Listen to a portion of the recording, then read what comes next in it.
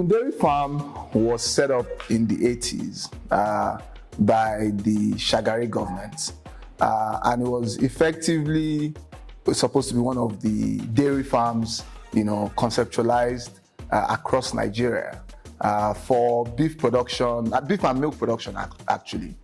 But for some reason and reasons that we should not delve into, the farm actually never worked for one day for almost 40 years until the second coming of Dr. Diary Farm. And we looked at this farm as a strategic asset and how it aligned with the federal government's initiative to boost domestic milk production and to also demonstrate an ability to infuse public-private partnerships to create jobs, to lead to some self-sufficiency in certain strategic products, and to demonstrate that the government and the private sector could come together for common good.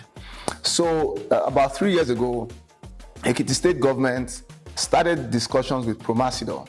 Promasidor, as you know, is a leading fast-moving consumer goods company with operations across Africa. And we started a conversation with Promasidor that led to Promasidor becoming the core investor in Ikun Diary Farms Limited. Before Promasidor's entry, Ikun Diary Farm was under the management of the Ekiti State investment entity, Fountain Holdings, which is a company incorporated to manage the assets of Ekiti State Government. But the government of Dr. Diary Farm was very clear that government had no business in running businesses. And so there was a deliberate attempt to move commercial entities out of the control of government and to attract private equity and especially private expertise in running these businesses. We thought Promasidor was a great fit for Ikun Diary Farm. I don't know how many of you drink Loya milk, but they're already a big milk producing company in Nigeria. And so we started a very open, competitive negotiation process where the assets of the farm were valued and where we extracted firm commitments from Promasidor in terms of the capital and expertise they were going to bring into the entity. This culminated in the incorporation of a company called Ikun Diary Farms Limited, which now runs the farm. Ikun Diary Farms Limited has two main shareholders, Promasidor, which owns 76% of the farm, and the Ekiti State Government, which owns 24% of the farm. Since that agreement was signed and the farm was handed over to Promasidor, we have seen significant investment in the farm. We have received about 300 Jersey cattle. We have also seen the birthing of over 140 cows on that farm. Today, that farm now produces almost 3,000 liters of milk per day, and we expect to see a growth of up to 10,000 liters of milk from the farm in the next 12 to 18 months. Ultimately, all the investments in that farm will lead into a dairy processing company beside the farm. But at the heart of all these investments is the fact that we're now creating jobs, not just for young people outside the country, but more importantly, for residents of Ekiti, where the farm is located. Today, 90% of the employees on that farm are from the community or neighboring communities. We've also infused some of the traditional herders to help in the pasture management and herding of the cattle. That way, we're infusing both traditional and modern systems and hopefully setting the scene for a model that can be replicated across Nigeria. This farm is specifically focused on milk production. As you're aware, Nigeria spends billions of dollars importing milk into the country. But it's not just the foreign exchange savings. It's that for nutritional purposes, even evaporated milk should contain a specific quantity of fresh milk. It helps young children grow, and it also helps educational outcomes. All of these have been proven outside Nigeria. So by building a dairy farm that produces milk in commercial quantity, we're not only saving foreign exchange, but we're also ensuring that we can produce fresh milk, which is a most necessary ingredient in the overall milk production process. So I think for us, it's twofold. It's some food security in terms of milk production, but it's also enhancing nutritional and educational outcomes across the country. You are all welcome to Ikun Diary Farm. This farm was started in October 2019. And of course, bearing in mind, this has been a place that was left, that was abandoned, that had nobody taking care of. Of course, we inherited these structures and then started doing our business. As you can see now, in my background there are some cows grazing the grass that we actually planted for them. This is our duty here, to make sure we look after these cows. These cows are not cows where you can go to the market to find local market. These are imported Jersey cows. Of course, Jerseys are known for producing high quality milk, which is what we targeted when we went to source for them. These were sourced in America, USA, in Texas. They were flown by aeroplane all the way to Lagos. And then from Lagos airport by road until they got here. Of course, there were some other challenges associated with bringing these cows, but well, that's another talk for another day. But our main duty here is to make sure we look after these animals. These animals, they need to eat every single day. And we cannot rely on buying food to feed them. We actually have got to grow the feed so that at least the cost of looking after these animals is reduced. Meaning we need land. So far, when we started this project, we had 500 hectares that were allocated to us. This was bushy area. All the way you can see that is clear now. It was bushy. We'd actually bring bulldozers to actually start excavating trees, very huge trees. Started clearing land, and then of course we had to buy our own equipment, started working the land until it's how you see it now. Of course, we are growing crops for these animals. Like for now, this is rose grass that we planted about 3 months ago, but it's now ready. They are actually grazing, but for now we are supposed to be cutting all this feed for them. These animals are supposed to be inside the barns. Because of the temperature of this tropical region, we cannot allow our cows to stay longer. This is just a stopgap measure because we haven't yet received our equipment. If our equipment arrives here, there is no need to take these cows out because they will be prone to diseases and problems. We actually have got to bring the feed to the barns. They need to be inside barns without coming out of the barns. Now, as you can see, there's a lot of land preparation going on. There are some crops that we have already planted. Some of the crops, which is maize, has already matured in other blocks, but we are still carrying on planting soybeans as we come further down. This we should be able to harvest mid-August. When there's that 2-week break, we should be able to harvest whatever we have planted that is ready and seal it inside these feed bunkers where we actually preserve the feed. Even at the end of the rain season in October, that's when we start bringing out that feed, giving it to these animals. These animals are primarily here to produce milk, but they need to be pregnant. If a cow is like a heifer without pregnancy, you cannot milk that cow until it takes pregnancy, which is also 9 months. She starts delivering. As she delivers, that's when we start extracting milk from these cows. Now, as we extract the milk, you can even see we cannot do it by hand like what our local colleagues are doing, you know, the Fulani cattle herders. We actually use machine to actually extract the milk in a proper way so that no dirt or the milk is not contaminated in any way, and the milk is sent to the tanks for chilling. When the milk is inside the tank, then it's preserved until our trucks come from Lagos. The bulk suck the milk into a bulk tank and then send it for Lagos for processing. There are a lot of things we are using the milk, where the main thing is this evapor milk that is known to be produced by Promasido. Promasido is otherwise known as cowbell. That's why you see all this milk written cowbell milk. This is where the milk is going for processing. We haven't got any processing facility for now for this place, But plans are we should have a processing facility so that our milk is not sent to a longer distance, and so that it will actually be quickly converted into an end product. My name is Dr. Okwu James. I'm the Ikun Diary Farm veterinarian, and I also act as the milk parlor supervisor.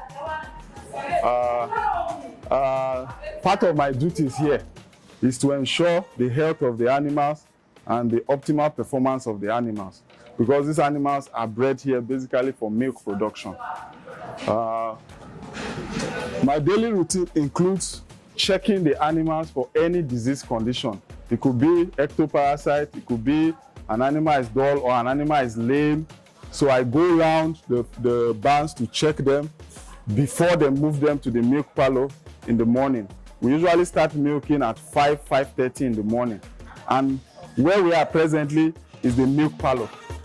So the animals will come in from that way, from the walkway into the milk parlor. It's a double lane. You see, some of them will stand that way, some will this way. This milk machine is a 24-cup pointer. So you can milk 24 animals at a time. And once the animals get in, they file in, they'll move, they'll align themselves this way. You can see it's not straight, it's this way, side by side. And then the udder is here. And then the milk operator, it stays inside the pit. They wash the udder, because you have to wash and clean the udder because of sand and other impurities that might contaminate the milk. So they connect the cups. 24 cows will line up. They connect the cups this way. Within 2 minutes, they are done milking those 24. The other 24 are that way. They have been prepared, cleaned. You swing, you start milking them. These ones, you open for them, they go out. The next 24 comes in. Now, the milk is collected inside this chamber, this receiving chamber, where you are seeing this water here. The milk goes there from the cow's udder. And then from this chamber, there's a pump machine. You can see there's a pump here. There's a pump machine here that takes it through this line I'm holding. It takes it into the bulk tank room. There are 2 tanks there with 2,500 capacity each. They are cooling tanks.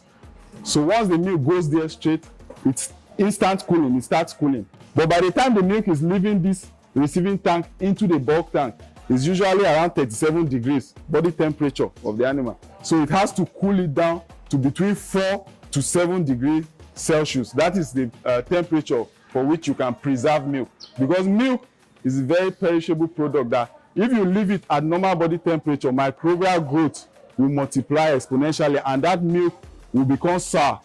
It will become what they call a wara, or like nunu, sour milk, which is not good for what we use it for any longer. So the milk enters there and is chilled, and then the truck comes and the milk is dispensed into the truck and is taken to Lagos for production of evaporated milk, cowbell evaporated milk. So for the milk parlor operation, we have at least 7 milkers inside the milking pit.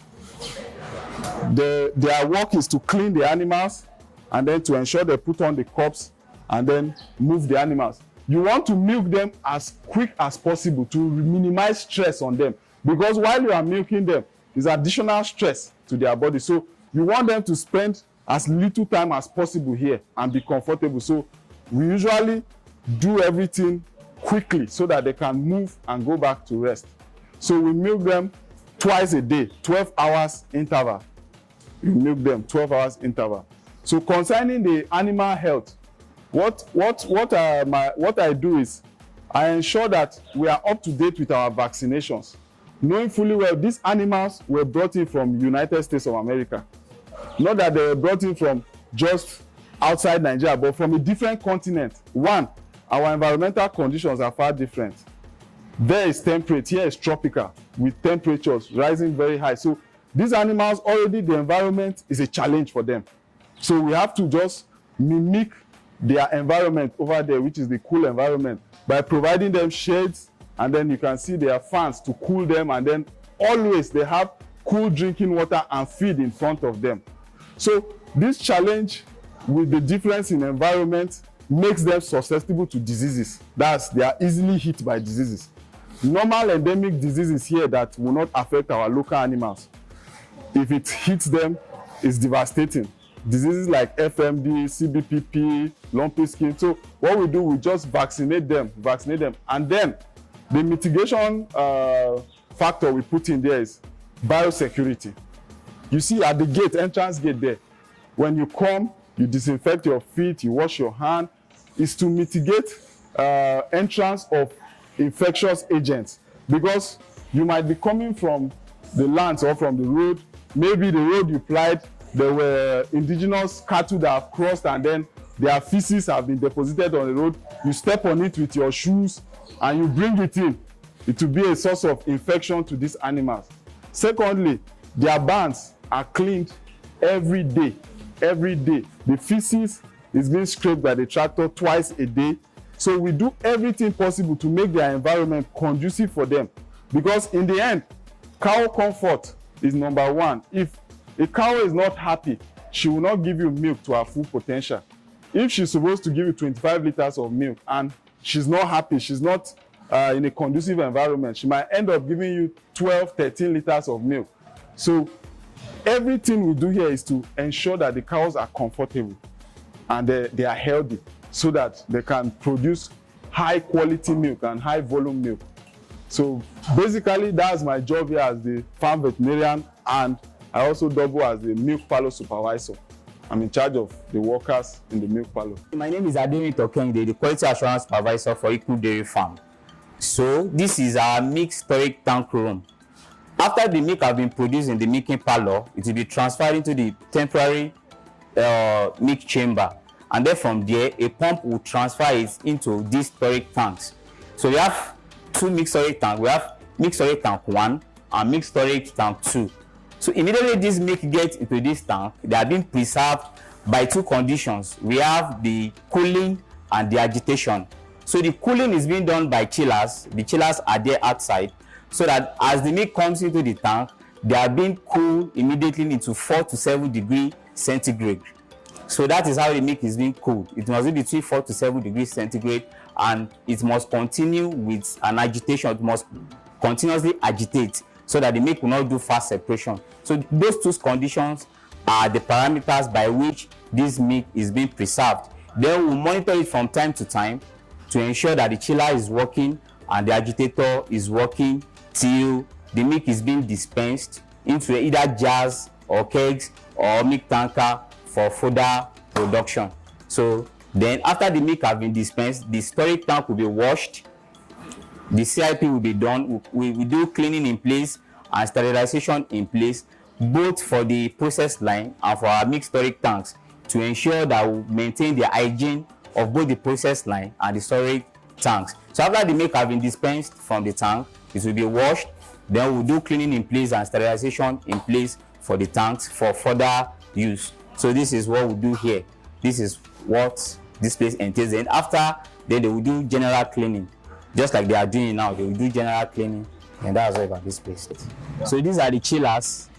This is the chiller for milk storage tank 1, and this is the chiller for milk storage tank 2. So immediately the milk comes into the tank, the chillers will be switched on, and when it reaches a particular temperature, which is 4 degrees centigrade, it tripped off automatically. So the milk is preserved at that temperature till the milk is being dispensed into either jars or kegs or milk tanker. All right. So this is the lab. This is the general lab for Ikun Diary Farm. We have the physical chemical lab and we have the micro laboratory. So now what we do in the lab is to do analysis for the milk. As you can see, we have a lot of these are physical chemical lab. We have equipment. This is pH meter, with which we check for the pH of the milk. Then we have our reagents here. We test also for clot on boiling and titratable acidity of the milk. Also, we have our lactostar machine. This lactostar machine can test for protein, lactose content, the mineral content, the specific gravity, and then other components of the milk. So for the microbiology lab, what we test for is total count, coliform count, E. coli count. We have Staph aureus, Clostridium, Salmonella, etc. So we tested the milk to ensure that the milk quality is okay. You know, the milk is meant for consumption or for further processing. So we have to test the milk, check the physicochemical contents, then we'll do microbial analysis also, just to ensure that the milk maintains the specific standard. Okay, my name is Dadaolu Abemiga.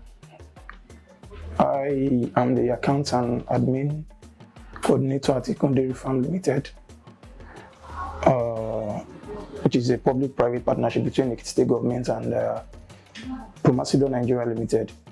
Okay, talking about how the resuscitation of Ikun Diary Farm has actually impacted the local community, I mean the immediate environment, and by extension Ekiti State as a whole. Okay, I would like to start from those that work here as our employees. That's the staff we have here. At least majority of the staff, I'll say well above 80% of the staff that we have working here in Ikun Diary Farm, either as direct employees, ad hoc workers, and even by extension even the security operatives, they are all from the immediate environment. Basically, we have some people from Ikun Ekiti, which is the host community, some from the next community, Ikosu Ekiti, as far as Igogo Ekiti and Otu Ekiti. Unfortunately, we share boundary with even some communities in Kwara State, like Eton, that is just down the road. So we have people coming down from Eton to work here in Ikun Ekiti. Just between the time I joined the team and now, you can see considerable changes and even development in the immediate community. People feel more comfortable even being around those that ordinarily just come and live like immediately. I mean indigenes here. So you know they have something to at least see around, and there are lots of people around as a result of this project.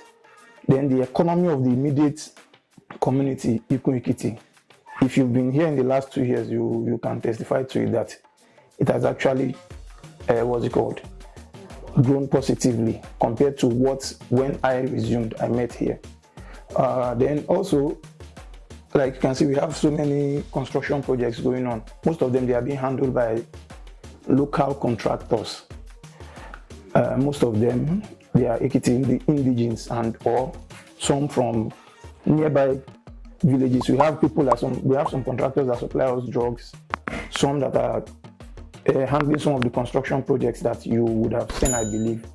They are all locals from here, and every other staff you have, maybe the engineers, the laborers they use, all of them, they are from this immediate community. You know, it has like a wide effect. The people that are into maybe selling of petty traders, all these people that come here to work, they patronize them. And one way or the other, like take for instance their market day. The first market day I experienced compared to the last one that I saw now, you can tell yourself if you've been here between now and now and compare. Then and now, you can compare that this project has actually impacted this community positively, nearby villages and even Ekiti State at large, and even spilling over to the nearby villages in Kwara State, like I mentioned, Eton, that is close by here. So to the best of my knowledge, and at least in Ekiti State, this is one of the major projects that I think is actually driving the, let's say, economy of Ekiti State presently. And that's, I mean, this project, the public-private partnership between Ekiti State and Promasido Nigeria Limited. From my own point of view, I believe the project has positively impacted the economy that we are in presently. And by economy, I mean like Ikun Ekiti and Ekiti State at large, then extending to the neighboring communities in Kwara State, Eton, down here. My name is Lawal Oluwabimiga. You can see I'm in dairy farm now. These are the cows. I'm enjoying working here. I've been starting working here since January. And you can see the way I'm working here, I'm comfortable very well. And also, I can solve my problem with all this one I'm having from here. And also I'm learning. I learn a lot of things here, like the way we pregnant the cows, the way we take delivery. You can see everything here. They are all feeling fine. You can see all our cows, they are all feeling fine. This is where we feed them. They always come out here every morning and every time. And they feel free with us. They are not harms. They are not used to, if anyone's sick, we are able to know where we are taking them out. And you can see the way it's going to the door, where we're taking them out. And you can see all my people, we are more than this. So we take care of them very well. And we are okay with a little one we have in every daily months. Good day, I'm Fakorideka by name. Actually, I'm a student of Ekiti State University. I'm still an undergraduate. I had my IT last year between May to August. So due to ASU strike, I have to come here to gain more to my experience. And since I've been here, I've been blessed a lot with the work experience. I'm used to the cows and I learn a lot from them. I learn a lot about cows now, and now I think I personally, I have the experience to even have my own setup and have things going on well. During last year, I helped in the delivery of the cows, their daily ration, and how the rations are mixed, because these are not just all what they are feed on. There is a way they set up their feed, which is somehow a bit technical. So I've gained experience in learning that also, and now, thank God, I'm here now. I'm still here due to ASU strike. Thank God for that, but I think I've even gained a lot more than my mates sitting down at home.